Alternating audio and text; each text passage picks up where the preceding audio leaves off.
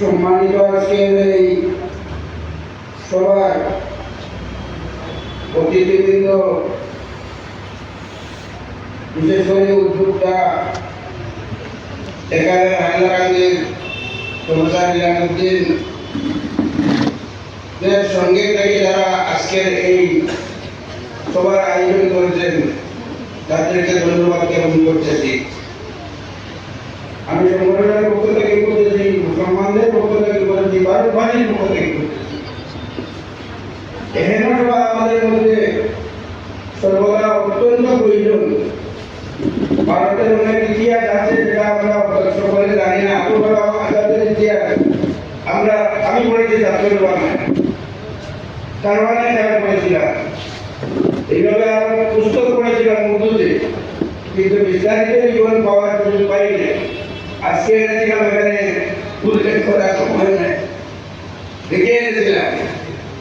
তাই এভাবে আমাদের মধ্যে আমাদের দেশের যে গৌরব যাদের ইতিহাস আমাদের যুবকরা ভারতবাসী জানা অত্যন্ত প্রয়োজন। তাদের ইতিহাসকে এইভাবে সবার মাধ্যমে আমাদের সংগঠনের বিভিন্ন সংগঠন থাকতে পারে। মাদ্রাসা স্কুলে বহু সভা সমিতি আমরা করে থাকি, কিন্তু বহুত মতে এখানে মহান মানুষদের কথা জানি না। আজকে ভারতের সর্বপ্রথম শিক্ষামন্ত্রী যিনি ছিলেন তার ইতিহাস এখানে এসে বললাম, প্রথম শিক্ষামন্ত্রী ছিলেন ভারতে। আমরা কারবানায় যা পেয়েছি এই কই নেই। ভারতের প্রথম শিক্ষামন্ত্রী ছিলেন তিনি। কারবানায় খেলা পেয়েছিলাম, গুবারে পেয়েছিলাম, আরো অনেক পুস্তক তার উর্দু পেয়েছি, কিন্তু বাংলাতে ইংরেজিতে পড়ার সুযোগ পাই নাই, বাংলা কোনো বই পাই নাই। আজকে অত্যন্ত ধন্যবাদ জ্ঞাপন করতেছি আমার প্রফেসরকে, খুব কষ্ট করে আমাকে এখানে আসার জন্য হুকুম দিয়েছেন, নিমন্ত্রণ দিয়েছেন। আর সবাইকে এখানে উপস্থিত সবাইকে আমি ধন্যবাদ জ্ঞাপন করতেছি। আমার বৃদ্ধ মানুষ এখানে আসার প্রয়োজন নাই, তবুও আসার সুযোগ পেয়েছি।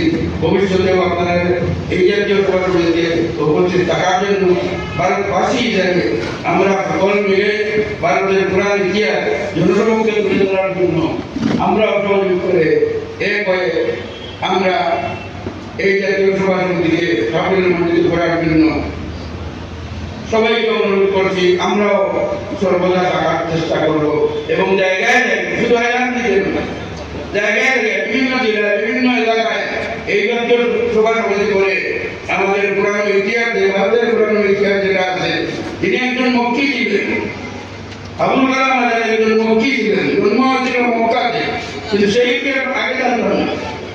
আজকে এখানে আছে সেটা জানতে পেরেছি।